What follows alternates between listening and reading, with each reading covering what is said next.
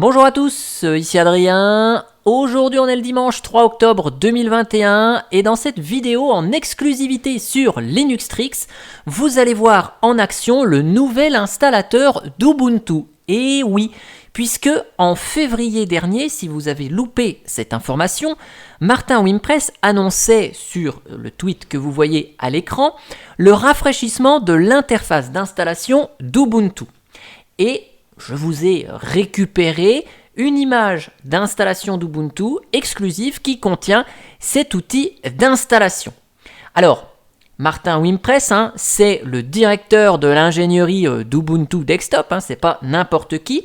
Et il avait donc donné cette petite information et vous allez voir ici à l'écran comment il fonctionne et à quoi il ressemble. Alors je vous rappelle, pour information, que l'outil d'installation d'Ubuntu, classique, traditionnel, que vous voyez ici, s'appelle Ubiquiti et il date quand même de 2006. Donc il a 15 ans, il est toujours fonctionnel en 2021, ça y a pas de souci, mais il répond plus tout à fait aux standards modernes en termes de développement.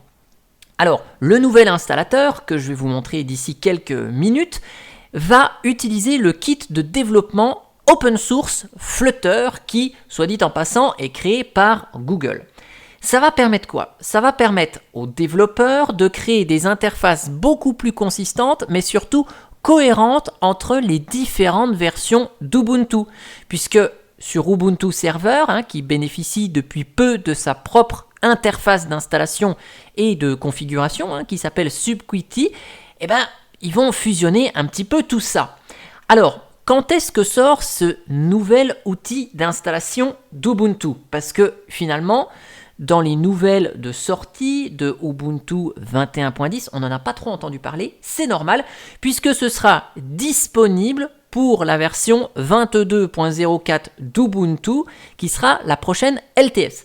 Cependant, l'image d'installation ici qui embarque ce nouvel outil, va me permettre devant vos yeux d'installer Ubuntu 21.10. C'est une image ISO qui n'est pas accessible directement depuis les sites d'Ubuntu.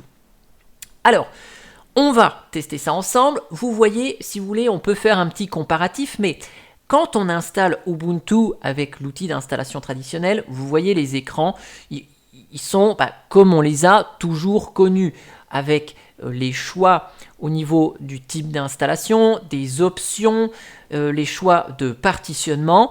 Et une fois que l'installation est lancée, vous avez les choix de personnalisation, du fuseau horaire et la création d'un compte utilisateur, indication du mot de passe ici. Hop, voilà. Donc voilà à quoi ressemble l'outil d'installation classique de Ubuntu jusqu'à aujourd'hui. Maintenant, voici à quoi ressemble le futur outil, donc basé sur Flutter. Donc pareil, on choisit sa langue et là, vous avez les 3 possibilités qui sont offertes par cet outil.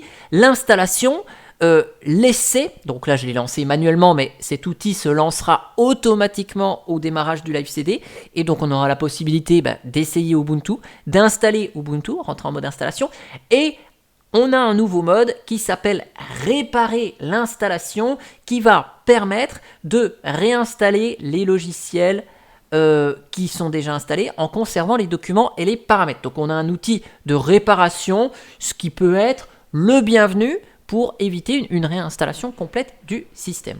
Moi, je vais vous montrer ici l'étape d'installation. Donc, je sélectionne Installer Ubuntu ici. On retrouve donc les mêmes écrans ici. Vous voyez, c'est un peu plus épuré, il y a un peu plus d'espace. Donc, je vais indiquer ma disposition du clavier en français. On a toujours la zone pour tester son clavier. Vous allez voir que les étapes d'installation sont finalement les mêmes. On retrouve l'installation normale ou l'installation minimale. On retrouve la case qui permet d'installer les logiciels tiers pour du support matériel graphique et Wi-Fi, etc. Donc, on a les mêmes écrans d'installation, mais vous voyez, l'outil est quand même plus fluide et propose l'option de réparation en plus. Tout n'est pas encore tout à fait traduit dans ce que je vous montre ici.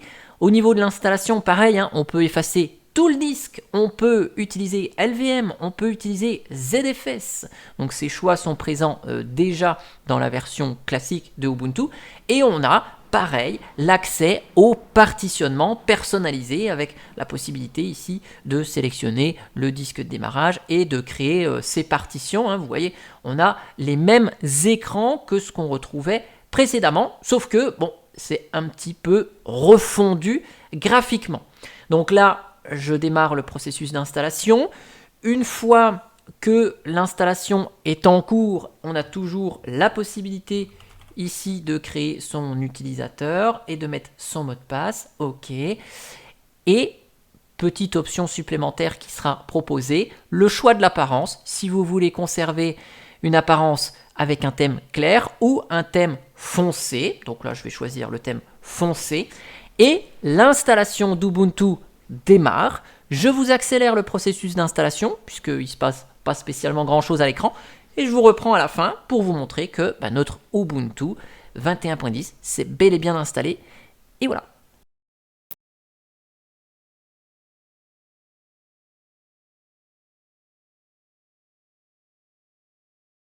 Et voilà, donc le processus d'installation est dorénavant terminé. On est invité soit à éteindre la machine, soit redémarrer.